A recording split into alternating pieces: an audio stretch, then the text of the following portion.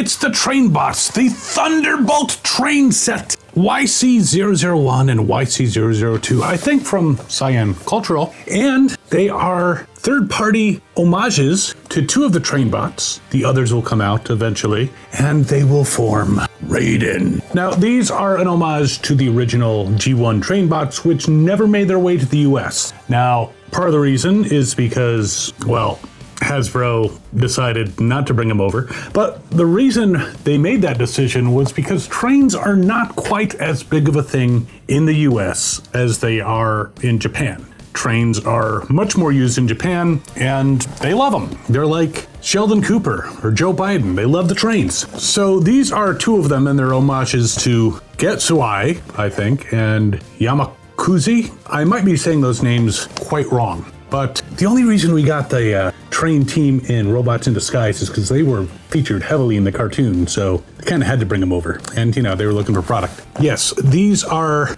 2 of the 6 that will be coming out, and I'm going to review these for you. And if you're new to the channel, I'm Captain Kyle. Welcome aboard. If you've been watching for a while, thanks so much for coming back. That is totally awesome of you.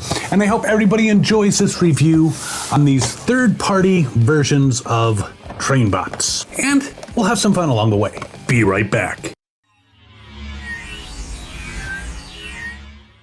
So I'm also testing a new microphone on this. Didn't really like the other wireless one. We'll try this one. Hopefully the sound's better, more to my liking, more to your liking. But I've taken them out of the box, and this is what they look like in their plastic prison. They've got guns, which is good. I'm gonna put that aside for now. I think it's Getsui is this one, and I'm sorry, it's Yukikaze, not Yamakaze. Yukikaze is this one, and this is how they come right out of the box, mostly. And I will explain. So I played around with these because I wanted to figure out how to transform them, so this review didn't take me an hour and a half to film to get 15 minutes. So when I took them out of the box, this plate here on the back of each of them was down, and it should be up. So that is one thing. And this little crotch piece here, which pops out, and actually when you transform them turns around and goes underneath. It was turned around and it went underneath. So their crotches were not proper in the package, or their package wasn't proper in the crotch, something like that. But this is the 2 of them, and I'm gonna go through the poseability on them very shortly, but let's take a look at the deco. These are the robot modes. They're very cool looking bots. Seeing as they change into trains, they're not exactly super curvy. I mean, this one has the curve of the bullet train on his back, but they're pretty blocky looking. Stop looking up so much. Had to adjust his head. That didn't sound right. Shut up, Logan. But they are cool looking bots. They pretty much have the same poseability and the same transformation for the most part. There's a slight difference because of the bullet nose, but once you learn how to transform one, the other one pretty easy. At least that's how it was for me. Yay. So let's start with Getsui. Getsui. Again, I'm probably butchering these names. One, I don't speak Japanese. I'm trying to figure that the EI at the end is like Takei. So because it's George Takei, not Takai. It's Takei. Rhymes with gay. Yeah, I don't do as good of a impression as Garrett Wong does.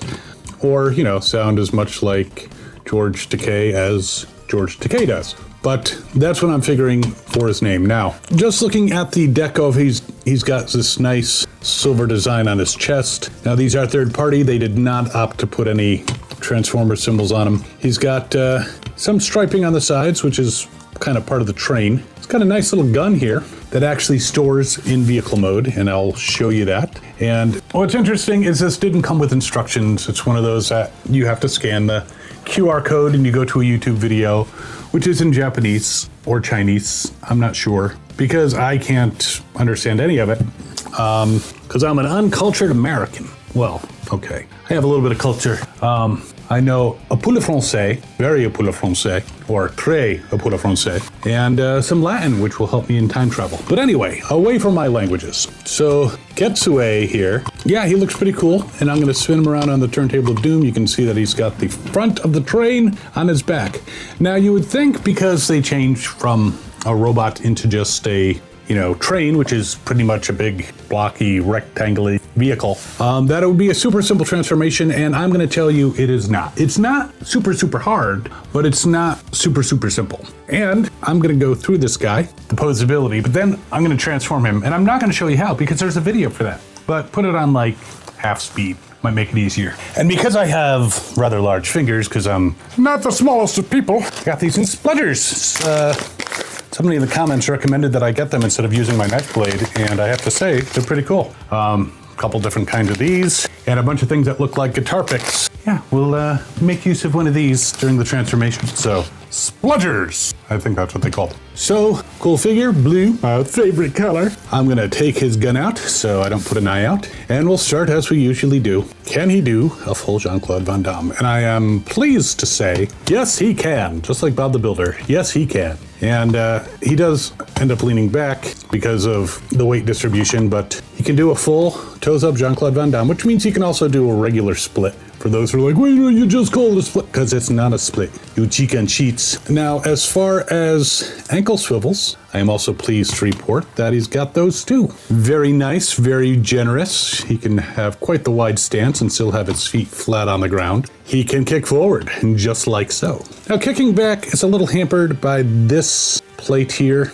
so can't really do that all that well. But sidekick, obviously, because he can do a split, he can do a very nice sidekick. He bends at the knee very nicely. Does he have a swivel? He swivels all the way around. Very nice. Now, does he twist at the waist? Yes, all the way around. And you would think that's just part of the transformation, but he actually twists differently for the transformation, which is pretty wild, if you ask me. The arms can go all the way around, but you do have his backpack, which is the nose of the train, or the back of the train, because it's who this guy is. But it goes all the way around very nicely. His arms can go out to the side. You can put them up and out to the side. He bends at the elbow. Now he's got these plates on the side here, which you kind of have to lift up if you really want to make use of the swivel, because otherwise that's in the way. But a lot of good arm poseability. Now the fists actually twist around as well, so he's really well outfitted. Now his head can turn all the way around. He can also look up, like straight up, like he's flying. Now, when I just did that, I actually caught his chin and his face came off, but it plugs right back in. So just be aware that that can happen if you're doing a review on camera and you grab it too quickly. But yes, the face, he doesn't have any additional faces. I mean, it'd be kind of cool, but unless that's something that they decide to do in the future. But the face came off, so you push it all the way back in. He's fine, he's fine. Give me your face. All right, I'm gonna not use that joke again unless I rip his face off again. So yeah, he can even bend his neck forward a little bit, and yeah, he can nod. So the poseability on this guy is quite good. Now he only stands on his feet about 4 1/4 inches or so. So he's not a huge guy, but if you put him with some of your, Legends stuff or your core class stuff, he's supposed to be big because he's a train, not related to Astro Train, and there's this company that does like furnaces and stuff, and says you can't stop a train, but that's spelled totally differently. Totally. So yeah, so he's very cool. Now, rather than go into vehicle mode right yet, I am gonna switch over to Yukikaze. Again, I'm hoping I'm saying that right. Same exact poseability, same exact everything. Ankle swivels, full Jean-Claude Van Damme, arms move around. Again, you gotta watch out for the back. The backpack's a little bit different on this one because of the nature of the nose of the train and how it has to set up. He still looks good, still's got a lot of poseability. He's still got a gun, though his right arm, when I transformed him, I did not orient the elbow properly, but now I did, so there he is. A lot more green and white. I mean, I like green as a color. I like the Green Lantern. I am the Green Lantern of Sector 2814. In brightest day, in blackest night. So yeah, some good poseability. Can be running forward. I like this guy. So there they both are, fully armed. I'm going to give them a quick turn on the turntable of doom. You can get a little bit more of a look at Yukikaze. I'm getting to sound more natural. I still don't know if I'm pronouncing it right. And probably a lot of you in the comments are going to be like, you totally missed it, man. Or pretty close. I don't know. But let's get these guys into their train modes. Like I said, the transformation's very similar, but by no means are these transformations simple. And I'll use a spludger. So there are the two train bots. I'm going to take a look at Getsui first and holds together very well. I will say that when I was transforming, this little piece came off right here. And at first I was very puzzled, and it turns out that it is this part. It's not necessarily supposed to come off, but I'm just in the interest of total honesty.